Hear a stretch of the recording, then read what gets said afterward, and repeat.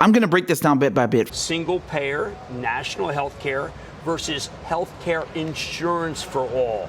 You seem to want to take a breath and say we can't break the budget. You seem to be the only person who's thinking about not breaking the budget. What's the right path here? Well, we think the right path is the Affordable Care Act, and that is a path to health care for all Americans. First of all, she says, we think the Affordable Care Act is the right way for Americans. Okay, well then why are there still 50 million people who are underinsured? Why are there still 500,000 people going bankrupt every year for medical debt? Why are there 50,000 people still dying every year because they don't have health care? If the ACA is the right way forward, why isn't it working? They keep trying to push this broken system and ram it and shove it down our throats and say, oh, it's going to work. And then it's easy for them to do that because they have health care. They have nice salaries. They're not like working class people. They're corporatists. They and their rich friends don't live in the same bubble as working class people, so they can take their time. You know why? Because they do what their corporate masters tell them to. The other thing about the ACA, it doesn't cover drug prices. It has no mechanism to stop pharmaceutical companies from jacking up prices and price gouging people who are sick. One day insulin costs $6, the next day it costs $1,000. There is no legal mechanism to stop pharmaceutical companies from doing that and killing people. None. The ACA doesn't take care of that. Stop relying on Obamacare to fix something that it's not made to fix. There's no point in giving people coverage if they can't afford their drugs. It's like putting a Band-Aid on a gunshot wound. It doesn't cover the issue. And and the thing is, Biden keeps talking about this. That's Biden's plan. He's like, oh yeah, I don't want to dismantle Obamacare. I want to keep Obamacare and basically the status quo, and yeah, maybe cover a bit more people, but in the end, even in the best case scenario, it still leaves 10 million people uninsured. Do you understand how much 10 million people is? That's the size of some countries, okay? Can you imagine if the fire department said, like, we're going to put out fires in all the boroughs in New York except Staten Island. So if you live in Staten Island and, your house catches on fire, sorry, man, you're on your own. What? Dude, you have to cover everyone, okay? Public roads, the fire department, the police department, it covers everyone. It's a public service, okay? Healthcare is a human right. You can't just leave 10 million people without healthcare. What is that?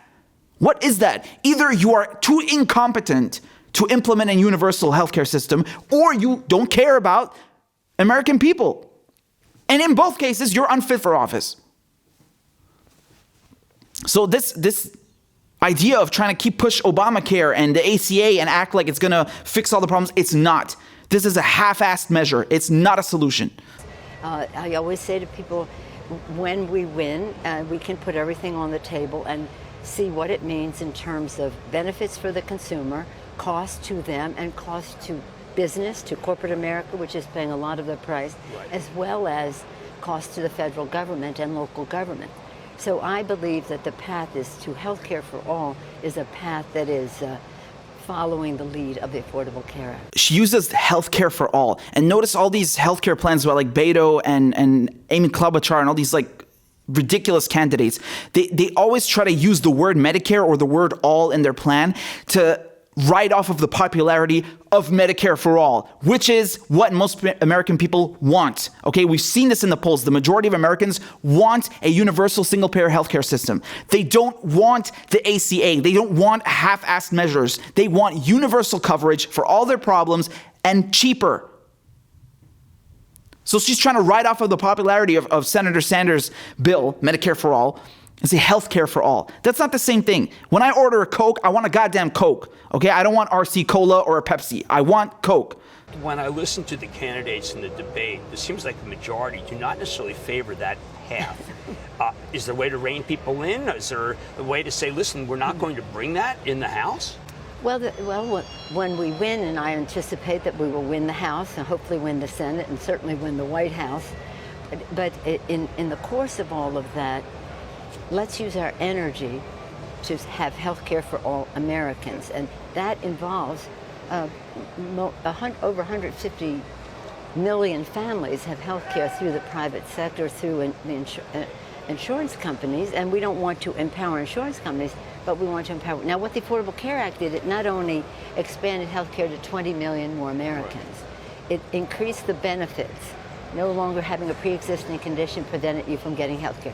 No lifetime limits, no annual caps on the health coverage that you can have. It empowered, it was actually called Patient Protection Affordable Care Act. And that, I think, is the path we should go on. I think that what is being put forth, I said, if that's what you believe, God bless you, but know what it entails and what that debate would be like. But it isn't about national health care. It's about a single payer. Okay, now. And then she says, like, oh, when we win, then we'll explore those options. And then, again, taking her time. First of all, what are you saying when you win? You're literally the Speaker of the House. The Democrats have the House. What kind of opposition party are you if you can only do anything and make any moves when you have the presidency and the Senate? You have the House. You can do something. If you wanted to debate Medicare for all, you could do it right now. You could vote on it right now in the House. Why aren't you doing that? You've been Speaker of the House for God knows how many years. You've been running in government for 30 years now. You had the Senate and the House and the presidency under Obama. Where was your Medicare for all? Where were you fighting for Medicare for all under Obama? When you had these things that you say you need to do anything. When you had them, you did nothing. That's why your word is worthless. It's corruption and it's a combination of both, okay? I honestly think it's more corruption than laziness, obviously. And this is a pathetic opposition. This is a joke of an opposition. Just look at what happened in the UK. Now, for all the problems that the Labour Party has, just look at the opposition they put up against Boris Johnson this week, or last week, when he tried to pass the no Brexit deal. They're like, yo, hold on a second. We're going to call a vote for us to discuss the agenda tomorrow in Parliament. Bam, passed it. Next day comes, they're like, you know what? Today we're going to discuss blocking you trying to pass a no deal Brexit. All in favor? All in favor. Bam, no deal Brexit is stopped. That's an opposition. That's an opposition, not what Nancy Pelosi is doing. Nancy Pelosi is not the leader of the opposition. She's a corporate tool. She's a tool of the establishment. She serves corporations.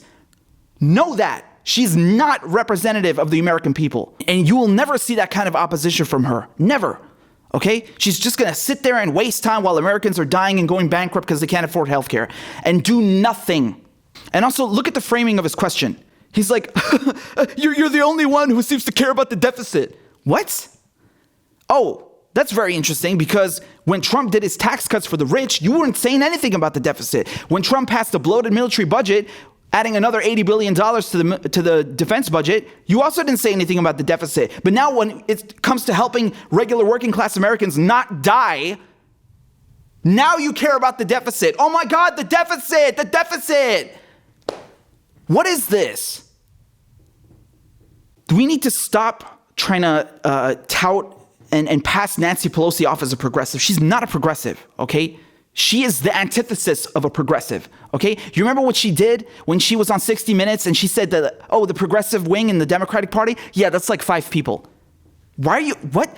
How can you call yourself a progressive when you're undermining the progressive movement in your own party by saying, it's like 5 people? What?